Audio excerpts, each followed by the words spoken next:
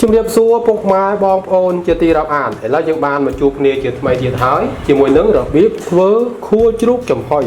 ឬគេហៅថាចំហុយខួរជ្រូកហើយយើងមានខួរជ្រូកយើងចំនួន5ហើយយើងបានលាងឲ្យស្អាតហើយបងលាងឲ្យឡើងស្អាតហើយហើយយើងមើលគ្រឿងផ្សំមានរ៉ូឌីម្រេចប៊ីចេងស្ករសអានេះតៅហ៊ូបងប្អូនសម្រាប់ធ្វើទឹកតៅហ៊ូញ៉ាំហើយយើងអាចធ្វើទឹកម្រេចញ៉ាំក៏បានដែរញ៉ាំជាមួយទឹកម្រេចហើយទឹកតៅហ៊ូក៏បានដែរហើយគ្រឿងរបស់យើងមាននេះមានខ្ទឹមសម្ទេសស្លឹកខ្ទឹមហើយនឹងក្រូចឆ្មាជាមួយនឹងខ្ញីខាងនេះយើងមានផ្សិតបញ្ជុលបងប្អូនមានប្រើផ្សិតបញ្ជុលឥឡូវយើងទៅមើលរបៀបធ្វើតែម្ដងឥឡូវយើងចាប់ដើមលាយខួរជ្រូករបស់យើងហើយយើងដាក់ខួរជ្រូកចូលក្នុងចានមកហើយបន្តដាក់រ៉ូឌីយើងចូលមកទៅរយរ៉ូឌីយើងមកហើយបន្តទៀតដាក់ម្រេច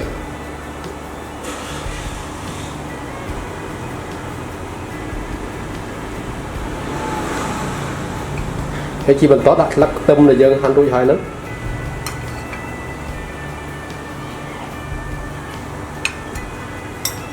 ហើយយើងកូរច្របល់ឲ្យសព្វបងប្អូនឲ្យវាចូលជាតិគ្នា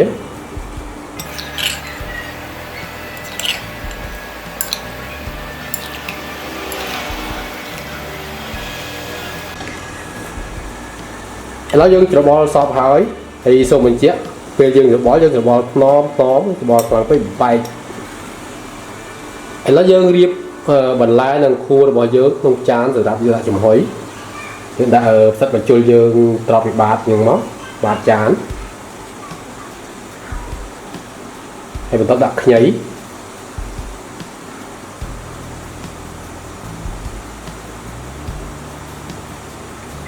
ហើយចាក់ខួរយើងចូលមក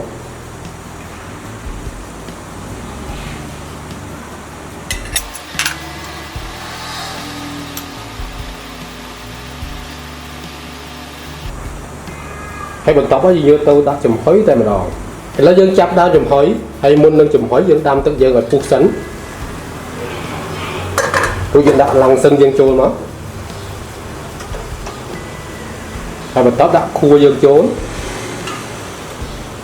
រួចយើងគ្របយើងចំហុយរយៈពេលតែ20នាទីទេបងប្អូនឥឡូវយើងចាប់ដល់ធ្វើទឹកតៅហ៊ូសម្រាប់ញ៉ាំជាមួយខួរចំហុយរបស់យើងហើយដំបូងដាក់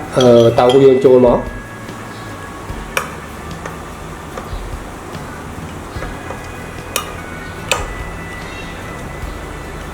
ហើយយើងយកគាត់តៅហ៊ូយើងឲ្យវាមាត់សិនឥឡូវទឹកតៅហ៊ូរបស់យើងបានវាយវាឡើងមាត់ហើយបន្តទៀតយើងដាក់ប៊ីចេងបន្តិចមក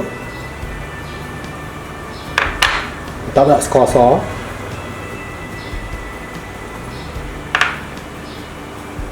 ហើយជាបន្តយើងសម្បាច់ក្រូចឆ្មាយើងចូល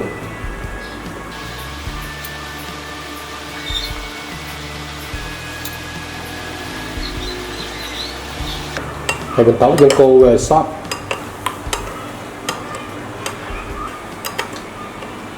ឥឡូវយើងកូរសព្វហើយចុងក្រោយយើងដាក់ម្ទេសហើយនឹងខ្ទឹមសទៅយើងច្រាំវាឲ្យមាត់ចឹងមកខ្ទឹមសយើងហើយម្ទេសយើងហាន់វាចឹងដែរមក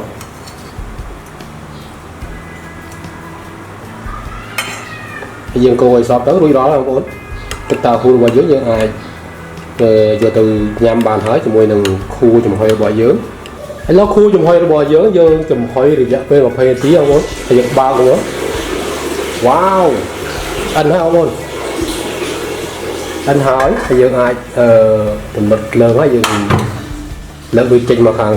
ឥឡូវខួរជ្រូករបស់យើងចំហុយឆ្អិនរួចដល់ហើយយើងលើកមកដាក់ត្រជាក់ហើយបងប្អូនហើយយើងភ្លុកបន្តិចមកយើងដាក់ជាមួយទឹកតៅហ៊ូយើងមកហើយយើងក៏អាចញ៉ាំជាមួយទឹកម្រេចបានដែរបងប្អូនឆ្ងាញ់មែនបងប្អូនឥឡូវរួចរាល់ហើយរបៀបធ្វើខួរជ្រូកចំហុយរបស់យើងឃើញតែរួចរាល់ហើយបងប្អូនយើងអាចយកទៅពិសាបានហើយចុងក្រោយសូមអរគុណបងប្អូនដែលបានទស្សនាវីដេអូខ្ញុំដល់ចប់ហើយបើពេញចិត្តវីដេអូនេះកុំភ្លេចចុចពាក្យជាង Subscribe និងសញ្ញាកណ្ដឹងដើម្បីទទួលបានវីដេអូថ្មីៗជាបន្តទៀតសូមអរគុណសូមជម្រាបលា